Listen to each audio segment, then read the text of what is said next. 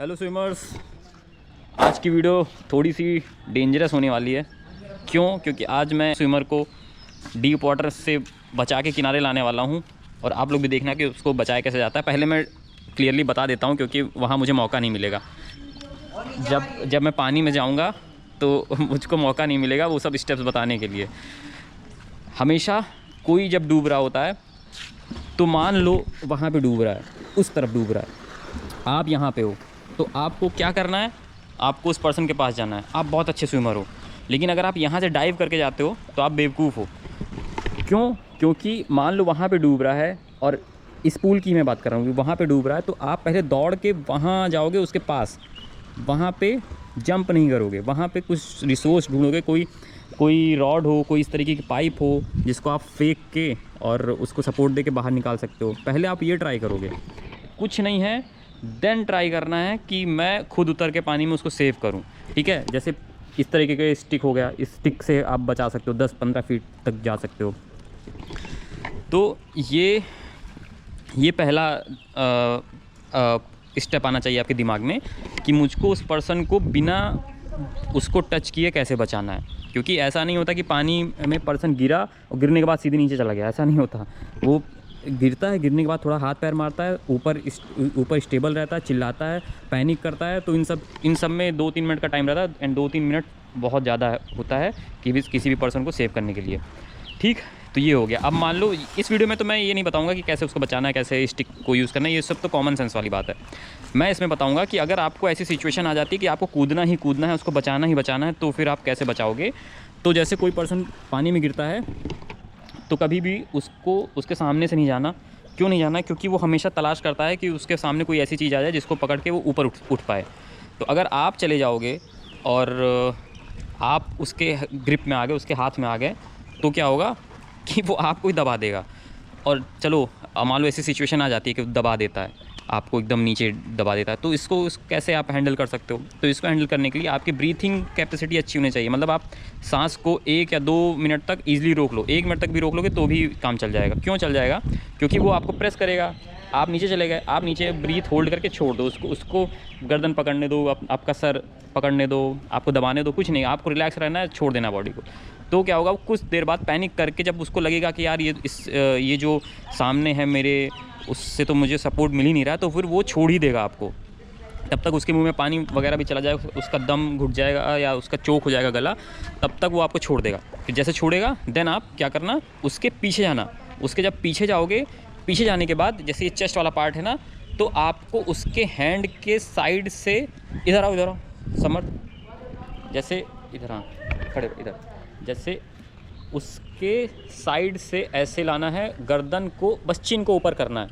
तो फिर ये, और इससे क्या होगा, एक थोड़ा सा लार्ज सरफेस एरिया पे आप एक पकड़ बना लोगे, तो फिर ये हैंडल करने में थोड़ा सा ईजी होगा।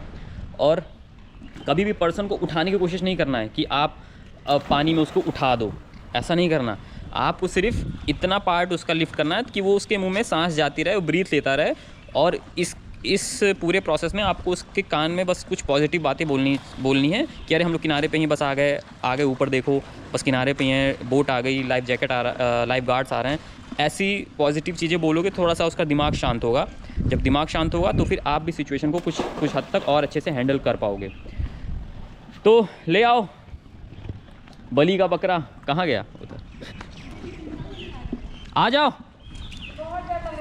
डरने की बात ही नहीं है, कुछ नहीं होगा, कुछ नहीं होगा,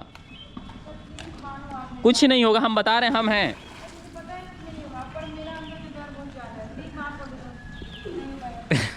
तो आओ चाचा, समर्थ को ही, समर्थ आओ, तुम ही समर्थ ही बनेगा बलि का बकरा। हालांकि इसको आती है स्विमिंग, तो वो मज़ा नहीं आएगा कि मतलब कोई एकदम प्रॉपरली डूब रहा हो। हालांकि कई सारे इंसिडेंट हुए हैं इस पूल में कि लोग अचानक से डूबने लगते हैं, तो फिर मैं काफ़ी बार बचाया भी हूँ और कभी कभी क्लिप में भी आ गया है वो।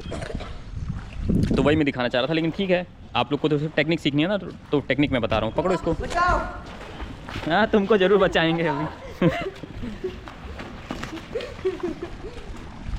बहुत गंदी एक्टिंग थी, बहुत गंदी एक्टिंग थी। बंद तो नहीं हो गया? सर नहीं, चल। जाओ समर डूबो। जाओ, डूबो। अरे हम हैं, हमें बस बताना है, टेक्निक बतानी है, बाकी समर, तुम्हें तुम तो आती डूबने है की ना। एक्टिंग कर लो इसको ना। ये एक्टिंग कर रहा है, पहले हम बता दे रहे हैं, वरना तो लोग डाइव लेके कौन डूबता है। तो मुझको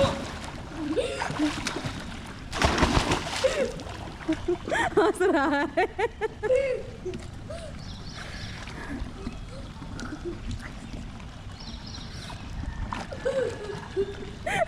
इसमें क्या होता है, एक हाथ आपका फ्री रहेगा, आप साइड स्ट्रोक करोगे। साइड स्ट्रोक करने पे क्या होता है, वो सबसे इजी होता है बचाने के लिए।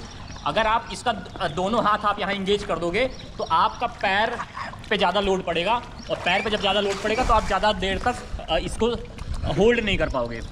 तो हमेशा साइड में पकड़ के और साइड स्ट्रोक करना। मान लो ये पकड़ा है और साइड स्ट्रोक करते करते जाना है, आगे ले जाना है।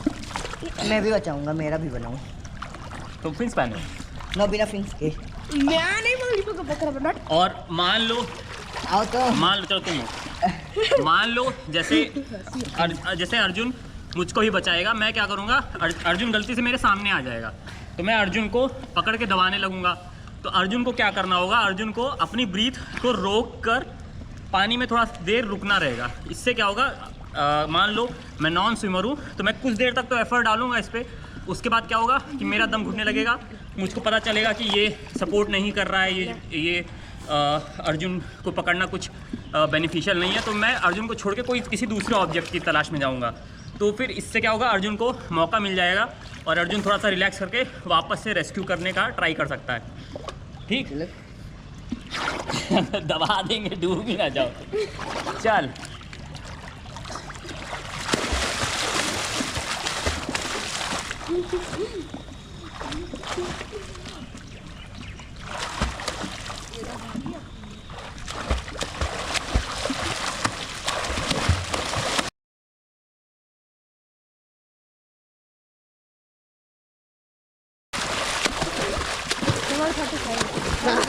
बस बस बस।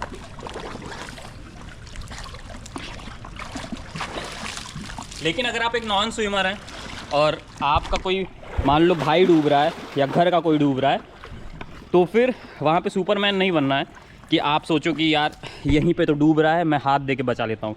ऐसी सिचुएशन में क्या होता है कि वो खींच लेगा आपको, आप भी पानी में चले जाओगे। ऐसी सिचुएशन में हमेशा रोप या कोई पेड़ है, पेड़ की आप टहनी तोड़ सकते हो तो वो, या फिर आपने जो कपड़ा पहना है उस कपड़े को तुरंत भिगो के उसको एक गांठ बांध के एक रस्सी बना के फेंक दो, वो एक मेथड होता है। दूसरा मेथड है कि हाथ की जगह आप किनारे पे बैठ के किसी सपोर्ट को ग्रिप करके अपने पैर को आगे बढ़ाओ, तो उस सिचुएशन में बैठे रहोगे तो फिर वो खींच नहीं पाएगा उस तरीके से। तो कई सारी सिचुएशन होती हैं जिसमें अलग अलग तरीके की सिचुएशन होती है। ये तो मैंने कॉमनली जो बताया वो तो बताया ही। और ऐसे ही साइड स्ट्रोक का अगर वीडियो देखना होगा तो मैंने एक वीडियो बनाई है जिसमें मैंने साइड स्ट्रोक के बारे में प्रॉपर्ली बताया हुआ है, तो साइड स्ट्रोक को अच्छे से समझ लो। वो सर्वाइवल के मैंने चार मेथड बताए हैं, तो वो सर्वाइवल जो मेथड है वही हेल्प करती है आपको किसी को रेस्क्यू करने में। तो आई होप कि वीडियो पसंद आई होगी। पसंद आई तो वीडियो को लाइक कर दीजिएगा, चैनल को सब्सक्राइब कर दीजिएगा। मिलते हैं नेक्स्ट वीडियो में। Thank you, bye and happy swimming.